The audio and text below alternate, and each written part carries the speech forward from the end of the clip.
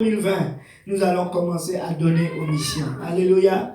Nous allons être une église qui donne aux autres églises. Amen. Il y a beaucoup de belles choses qui arrivent en 2020, mais je veux faire partie de ces grandes choses. Amen. Parce que Dieu va nous bénir. Amen. Alléluia. Donc, nous allons aller dans la parole du Seigneur. Amen. Est-ce que quelqu'un est excité par rapport à la parole de Dieu? Je suis excité par rapport à la parole de Dieu. Parce que c'est cette parole qui me donne la vie. C'est cette parole qui me délivre, qui me montre le chemin. Alléluia. Au commencement était la lumière, était la parole était avec Dieu, la parole était Dieu. Et cette parole était la lumière du monde. Amen. Et aujourd'hui, laissez-moi vous dire, cette parole est là pour nous éclairer. Alléluia. Mais nous devons la recevoir. Matthieu 21, à partir du verset 28. La parole de Dieu dit ceci. Que vous ensemble, un homme avait 2 fils, et s'adressant au premier, il dit, mon enfant, va travailler aujourd'hui dans ma vigne. Il répondit, verset 29, je ne veux pas. Ensuite, il se repentit, et il alla. Alléluia. Que quelqu'un dit, il se repentit, et il alla. S'adressant à l'autre, il dit la même chose. Que quelqu'un dise la même chose. Oh la bachanda. Et ce fils répondit, je veux bien, Seigneur, et il n'alla pas. Que quelqu'un dise il n'alla pas. Alléluia. Lequel des deux a fait la volonté du Père? Ils répondirent, c'était les pharisiens. Le premier, et Jésus leur dit, je vous le dis, en vérité, les publicains et les prostituées vous dévanceront dans le royaume de Dieu.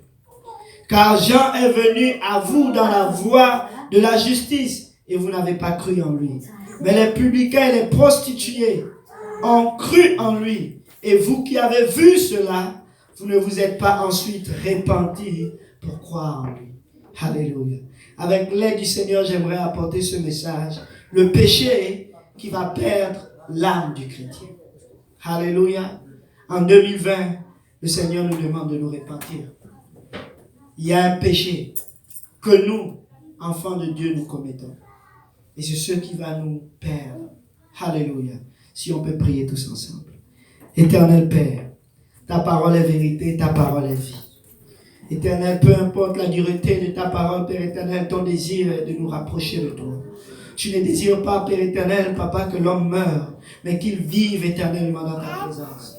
Tu nous parles, éternel, Papa, pour que nous puissions nous détourner de nos mauvaises voies.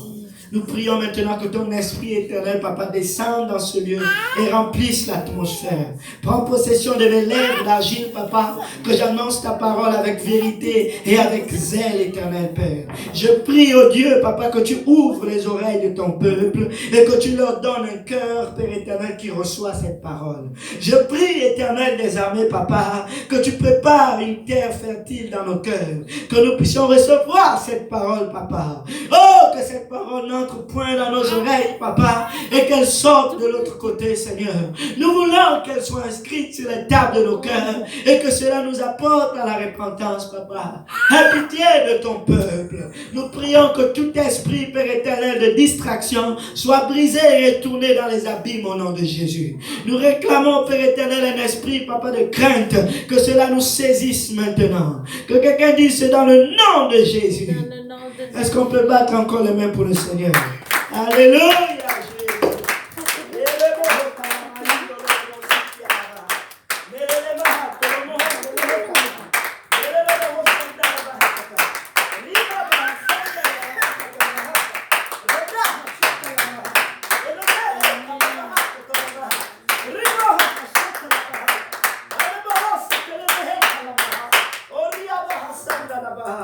Alléluia, Jésus.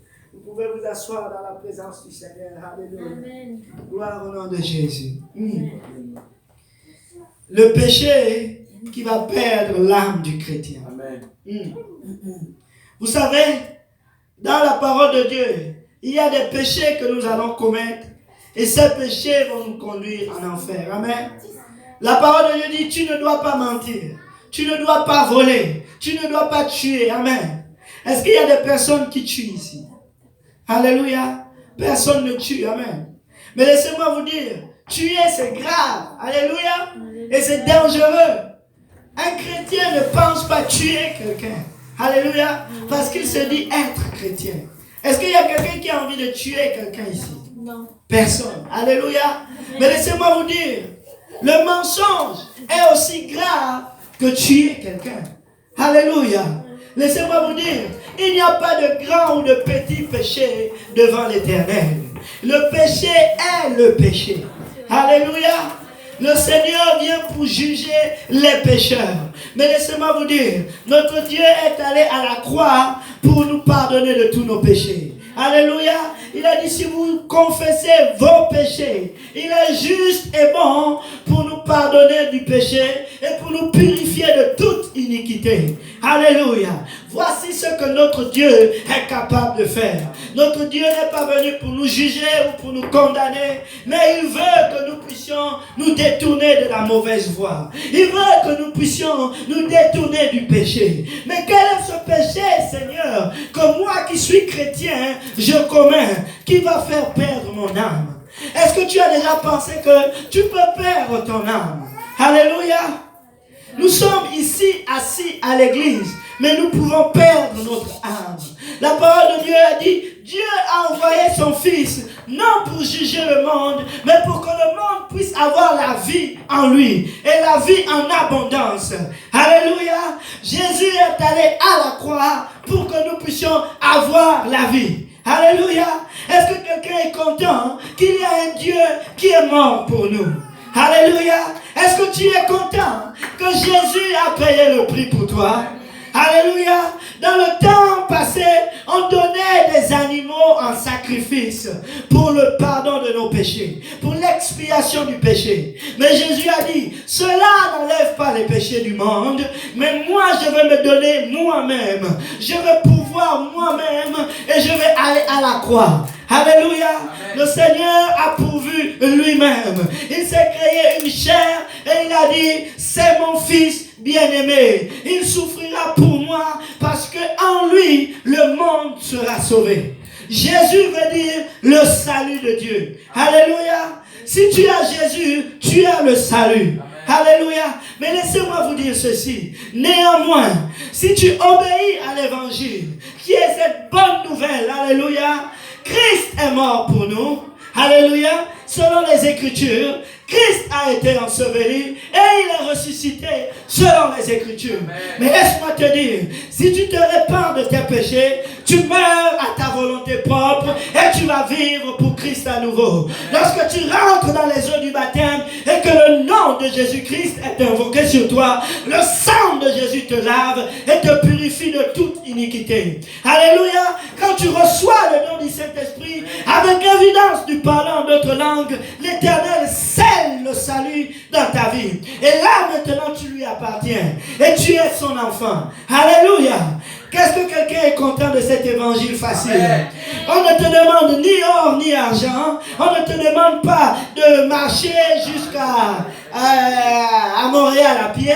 On ne te demande pas d'aller te laver 7 fois dans le Jourdain ou 7 fois dans une rivière pour que tu sois pur. Le Seigneur te dit, si tu crois seulement en cette bonne nouvelle et que tu l'obéis et que tu la mets en pratique, tu vas vivre. Alléluia. Est-ce qu'on peut battre encore les mains pour le Seigneur? Pour cette bonne nouvelle facile. Alléluia.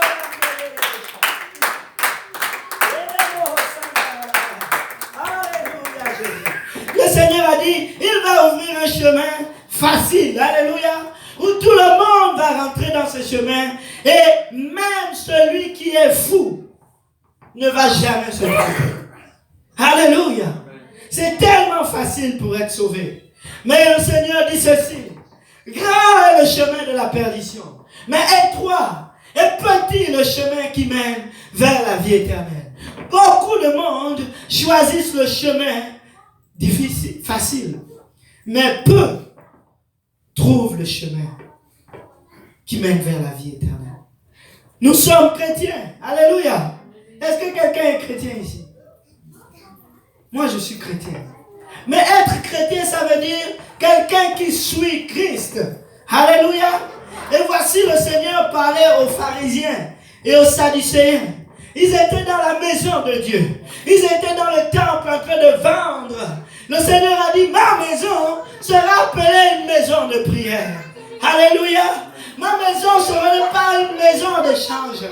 Ma maison, ce n'est pas une maison de consolation pour ton âme. Ma maison est appelée une maison de prière, peuple de Saint-Jérôme. Nous sommes appelés à être le temple du Saint-Esprit.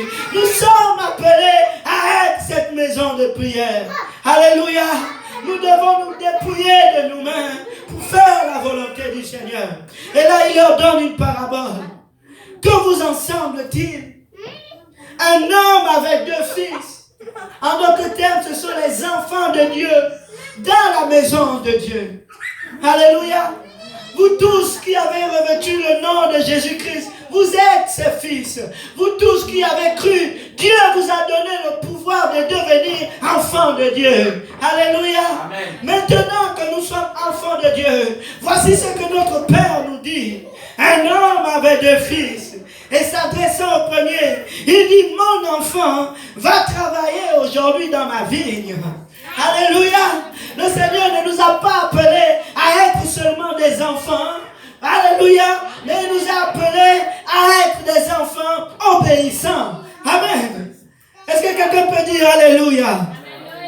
Est-ce que quelqu'un peut dire Alléluia? Alléluia. Dieu nous a appelés pas seulement pour devenir enfants, mais il nous a appelés pour devenir des enfants obéissants. Alléluia. Il dit, mon enfant, que quelqu'un dise mon enfant. Mon enfant. Tu es l'enfant de Jésus. Tu es l'enfant de Dieu. Alléluia. Amen. Mon enfant, va travailler aujourd'hui dans ma vie. Il répondit, je ne veux pas. Alléluia. Tu as le droit de ne pas vouloir. Alléluia. Tu as le droit de ne pas vouloir. Mais laisse-moi te dire, ce que l'homme aura semé, il récoltera. Alléluia. Si le fils ne travaille pas dans la vigne du Père et que la vigne périt, laisse-moi te dire, ce fils n'aura pas d'héritage. Alléluia. Si tu ne travailles pas pour le Seigneur, laisse-moi te dire, les âmes du Seigneur vont périr et tu n'auras pas d'héritage avec lui. Amen. Il dit, je ne veux pas. Ensuite, il se repentit et il alla. Laissez-moi vous dire, peuple de Saint-Jérôme, écoutez-moi bien. En 2016, je vous avais dit ceci. Dieu va séparer l'église quand nous étions encore dans l'ancienne église. Il y aura une partie qui va s'en aller et une partie qui va rester. Alléluia. Je l'avais dit. Et en janvier 2017, cela s'est produit. La sœur Sita, elle est partie. Alléluia. Mais aujourd'hui, laissez-moi vous dire, ils ne vivent pas dans la sanctification. Amen. Ils vivent cette vie-là. Est-ce que vous pensez qu'ils seront sauvés? Et le Seigneur nous avertit aussi aujourd'hui. Nous sommes en 2020, marquez ces paroles. Le temps est proche. Nous sommes en train d'arriver dans la fin des temps. Et laissez-moi vous dire, la parole de Dieu est claire. Le jugement de Dieu commence dans sa maison. Alléluia. C'est le moment d'écouter et de faire ce que le Père va nous demander de faire. Si tu ne priais pas, je te conseille, mon frère, ma soeur, il faut que tu commences à prier.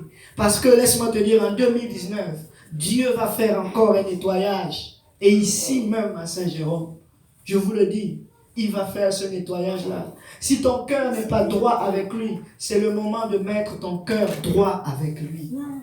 Si tu n'obéissais pas avant, fais comme ce fils qui a dit non au départ. Et il s'est repenti. Répands-toi. Répands-toi. Alléluia. Que quelqu'un dise Alléluia. Répands-toi. Répands-toi. Et fais ce que l'Éternel te demandera de faire. Parce que, laisse-moi te dire, hors de sa maison, il n'y a pas d'espérance. Il n'y a pas de salut. Si tu as goûté combien de fois l'Éternel est bon en 2019, Si tu sais que l'évangile t'a été annoncé, laisse-moi te dire, tu es au bon endroit. Parce que c'est l'évangile qui sauve. Alléluia. C'est la mort, l'ensevelissement et la résurrection de Jésus-Christ qui nous sauve. Mais laissez-moi vous dire, en tant qu'enfant de Dieu, Dieu veut que nous puissions travailler dans sa vigne. Il a dit, allez et faites de toutes les nations mes disciples. Il a donné la mission pour tout le monde. Il a donné la mission pour Anti. Il a donné la mission pour Sandra Maya, Beli Maya, Bikram. Peu importe qui tu es ici. Tu es un enfant de Dieu. Et Dieu t'a appelé pour faire sa volonté. Nous connaissons la volonté de Dieu. La volonté de Dieu est que nul ne périsse, mais que tous parviennent à la repentance. Mais si tu ne peux pas donner à un homme ce que tu n'as pas, si toi-même tu n'as pas un cœur repentant, et tu ne demandes pas pardon à Dieu, laisse-moi te dire, tu ne seras pas capable de porter ce fruit-là. Alléluia. Que quelqu'un dise Alléluia. Alléluia. Il dit la même chose à notre fils. Et il dit à ce fils, l'autre fils a dit, je viens bien Seigneur, je veux bien y aller. Et il n'alla pas. Laissez-moi vous dire, je préfère être un chrétien qui se répand que d'être celui-là qui proclame le nom du Seigneur avec les lèvres, mais dans le cœur il ne le fait pas. Alléluia. Vous venez à l'église, mais vous ne faites pas la volonté de Dieu. Vaut mieux ne pas être à l'église et de vivre comme vous voulez vivre. Alléluia. Personne ne vous a attaché ici. Si vous êtes ici assis sur cette chaise, c'est parce que Jésus vous a appelé. C'est parce que Jésus veut vous utiliser. Mais laissez-moi vous dire, vous pouvez chauffer les bancs. Ça ne va pas vous sauver. C'est seulement si vous faites la volonté de Dieu que vous allez être sauvés. Alléluia. Laissez-moi vous dire, voici ce que l'apôtre Paul dit. Alléluia, dans 1 Corinthiens 9. Ne savez-vous pas que ceux qui remplissent les fonctions sacrées sont nourris par le temple? Que ceux qui servent à l'autel ont part à l'autel? De même aussi, le Seigneur a ordonné à ceux qui annoncent l'évangile de vivre de l'évangile. Laissez-moi vous dire, l'évangile, la mort, l'ensevelissement et la résurrection de Jésus-Christ est un ordre. Alléluia. C'est un ordre pour nous qui sommes chrétiens. Vous êtes un peuple choisi, un sacerdoce royal. Vous avez été appelés pour annoncer les vertus de celui-là qui vous a appelé. Vous n'avez pas été appelés en vain, mais vous avez été appelés pour annoncer l'évangile. Alléluia. Quand Dieu a appelé l'apôtre Paul, il lui a dit, Paul, tu seras un instrument pour moi et tu vas souffrir beaucoup de choses. Alléluia. Et voici ce que l'apôtre Paul dit au verset 14.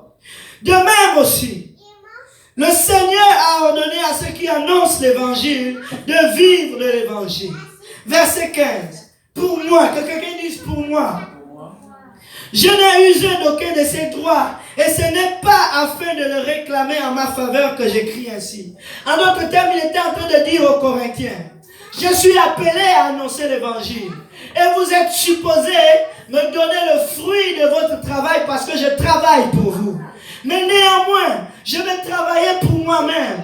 Et je veux aussi vous prêcher l'évangile. Laissez-moi vous dire, je n'ai pas de salaire quand je vous annonce l'évangile. Je vous prêche l'évangile parce que Dieu me l'a ordonné. Parce que Dieu m'a appelé à faire cela. Mais laisse-moi te dire, il ne m'a pas appelé seulement à moi, mais il t'a aussi appelé toi. Alléluia. Dis à ton voisin, Dieu t'a appelé toi. Et il m'a appelé moi. Et voici ce que Paul dit.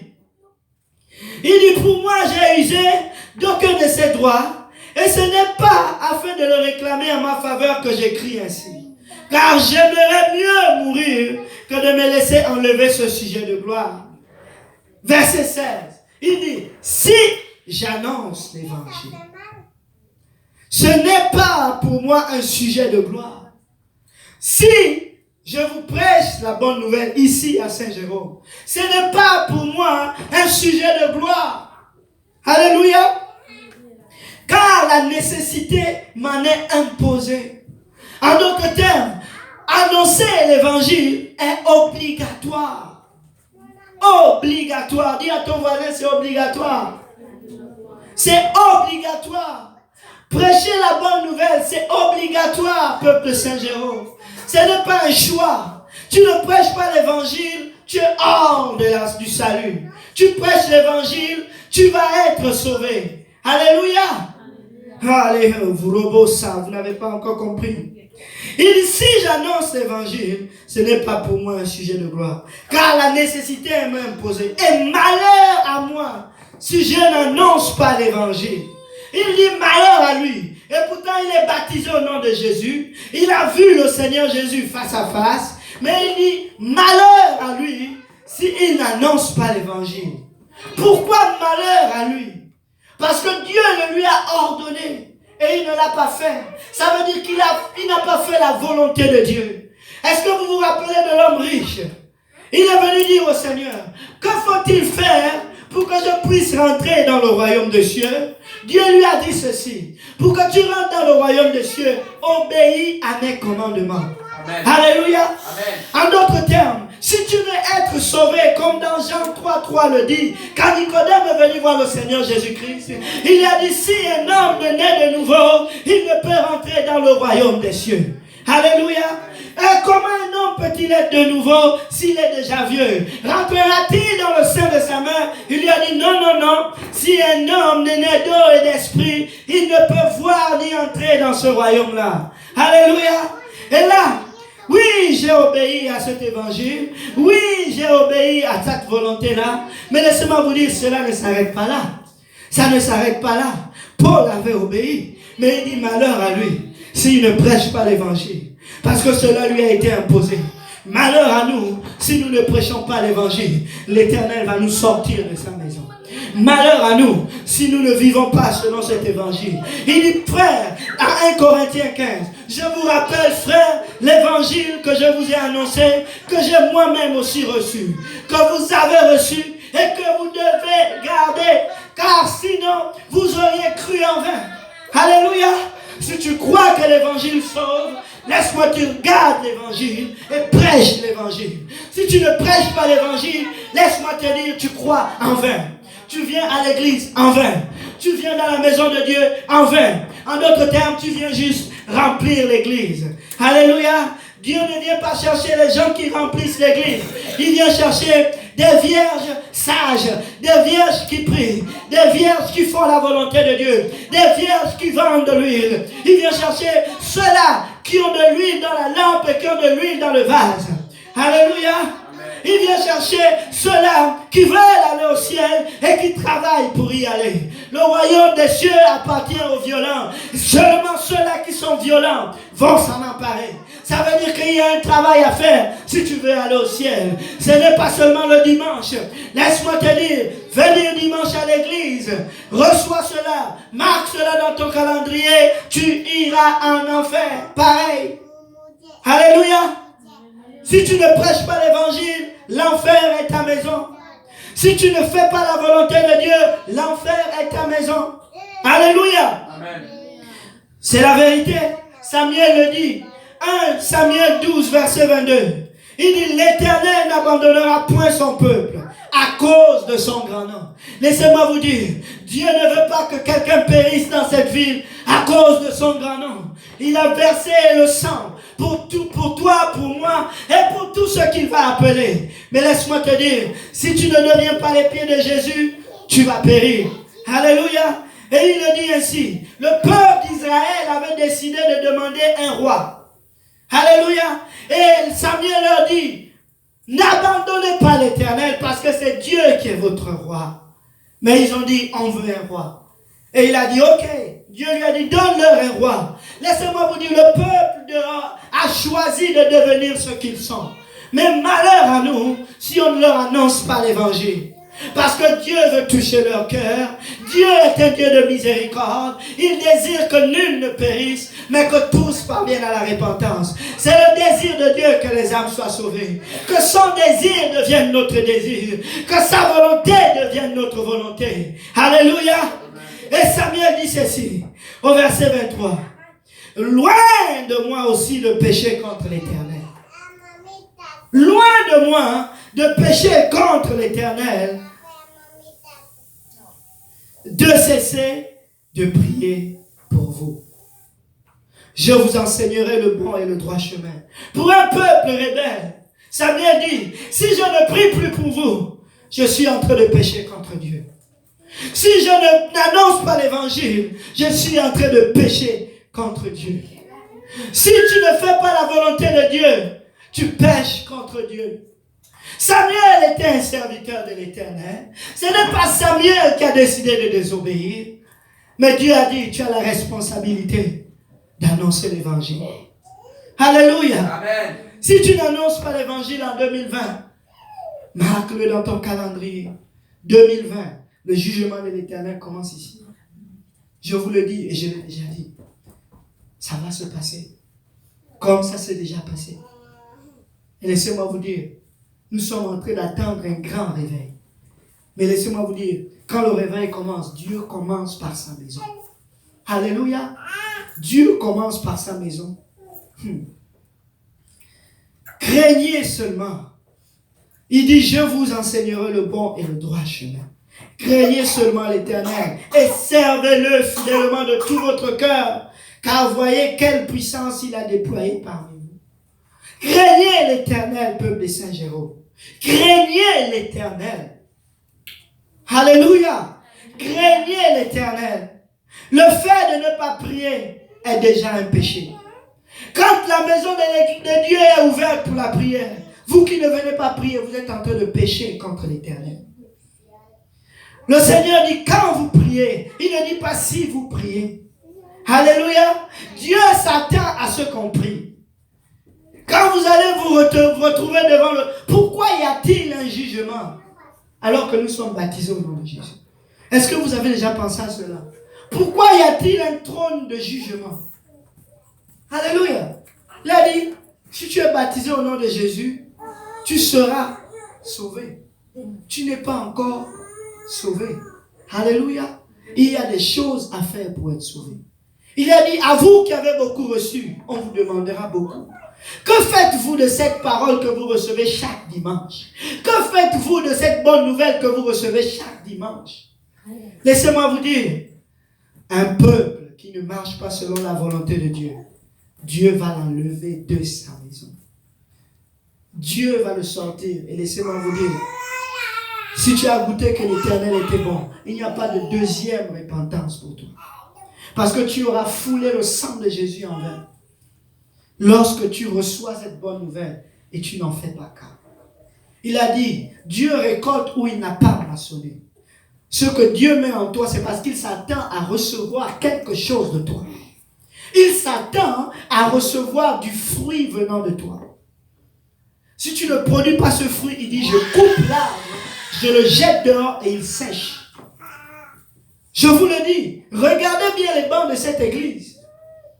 Il y a des personnes qui venaient et qui ne sont plus là. Pourquoi? Parce que Dieu a dit, il coupe et il laisse le temps de sécher.